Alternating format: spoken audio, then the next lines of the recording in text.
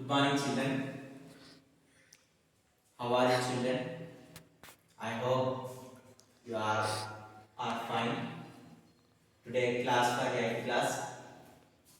In previous class, we know about the information about the cell and nucleus, and we also know about the characteristics of unicellular organisms and multicellular organisms. Today, in this class, we have to know about the some of the unicellular organisms structure and some of the cells structure. Okay, first of all, we are discussing about the chlamydomonas. So, chlamydomonas is one of the unicellular organisms that perform the photosynthesis process. Okay, chlamydomonas is a unicellular organism that can perform the photosynthesis process. Nothing but itself only it prepares its own food material. So, when we observe the structure of the chlamydomonas, it is oval or round in structure.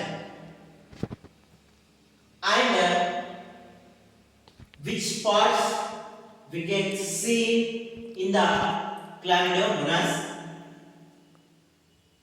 On the top of the chlamydomonas, we observe that some small thread-like structures are present that are called as flagellum. Next, beneath that one, dani kinda, around structures are present that are called as vacuole. Next, in the center of the chlamydomonas, a small round-shaped structure is there that is called as nucleus. Next, the nucleus is surrounded by a jelly-like substance that is called as cytoplasm. Next, the entire body of the chloroplast is filled with a greenish color substance that is called as chloroplast. Next, at the bottom of the chlamydomonas, we observe a small structure that is called as pyrenoid. Okay, pyrenoid. Next comes to the very important unicellular organism is amoeba. Amoeba grows in freshwater bodies. So it is also unicellular organism, and amoeba is shapeless organism. Nothing but it doesn't exist in any shape. Here we said that but chlamydomonas is somewhat round or oval shaped structure, but amoeba doesn't have any shape. And amoeba body is made up of a single cell. And in the center of the amoeba we observe that one nucleus, and we also observe that one cytoplasm, and we also observe contractile vacuole. The entire body is covered with finger-like projections called as pseudopodia. Normally, we have legs for the movement.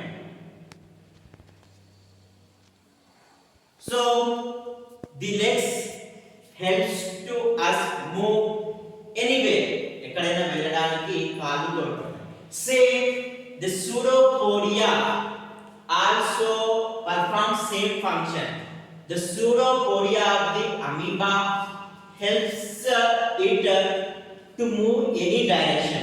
So this pseudopodia are locomotion organs of the amoeba.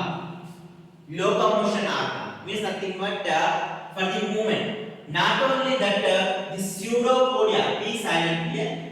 The pseudopodia also helps in the nutrition. Means nothing but for the collection of food material.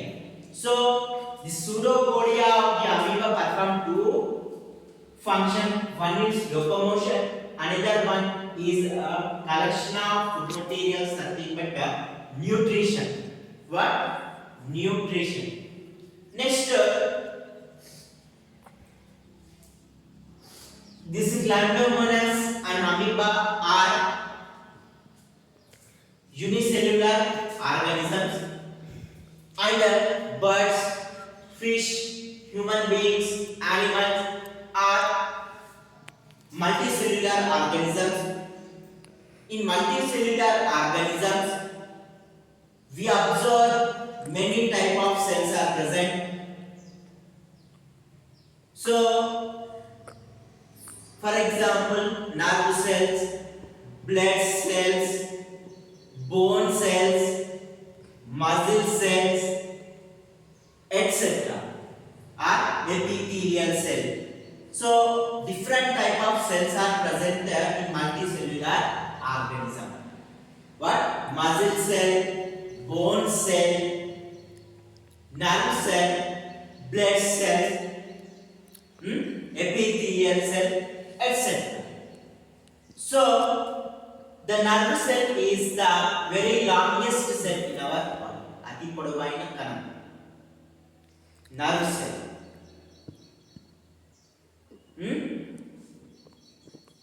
When we observe the structure of the nerve cell, it has two main parts. One is nerve cell body, another one is axon.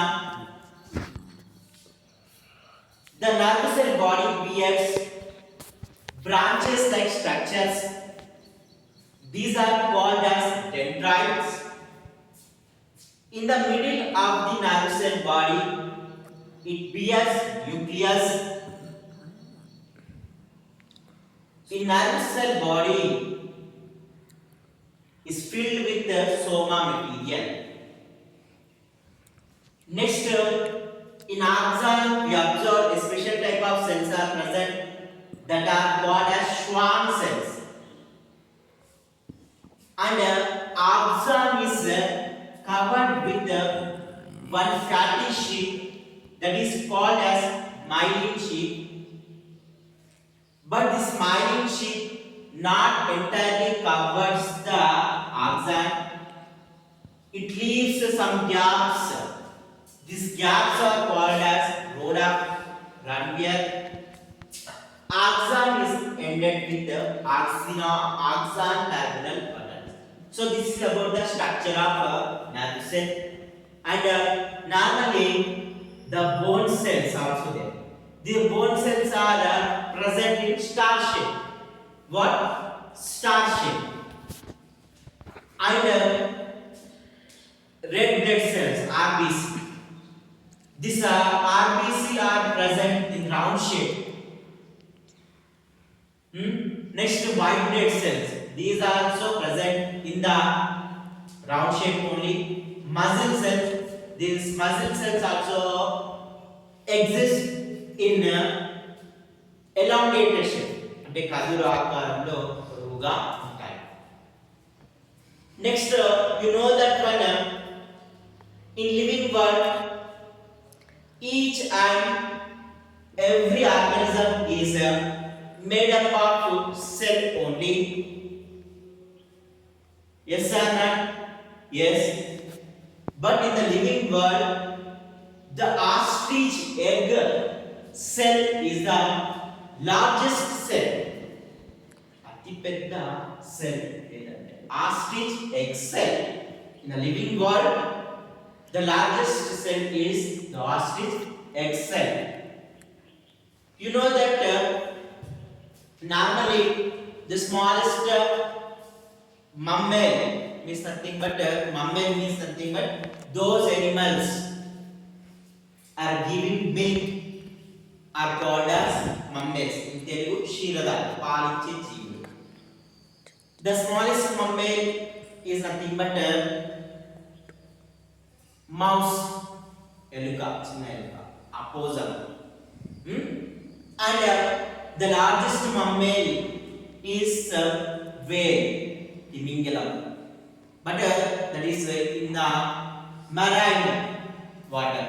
But on the land surface, elephant is the largest mammal. You know that one, the mouse also made up with cells only, and the elephant also made up with the cells only. But is there any difference in between the cell size of the mouse and elephant? మరి ఏదైనా difference ఉంటుందా? ఎలుక cell సైజులో, ఏనుగు cell size not. The cells are similar in size. అన్నీ ఒకే రకంగా ఉంటాయి. But the difference in number. The mouse body contains less number of cells. But the elephant body contains a larger number of cells. Larger number of cells. So the bacteria, amoeba, chlamydomonas are the unicellular organism. We can see them through the microscope only. But fish, frogs, reptiles, snakes, animals, birds and multicellular organisms that are made up of million number of cells. Okay? So this is about the cells. So in your book some of the activities are there. Observation of onion peel cells under the microscope and observation of human cheek cells under the microscope, and observation of nucleus under the microscope. Same, that are also same, but we have to use the stain. Stain is color. Normally, in normal condition, we can't observe the nucleus. We have to stain the cells by using the methylene blue or saffron. Suppose we stain the cells with methylene blue, the nucleus will appear in blue color. If we stain the cells with the saffron, the nucleus will appear in the red color. Okay? So this is about the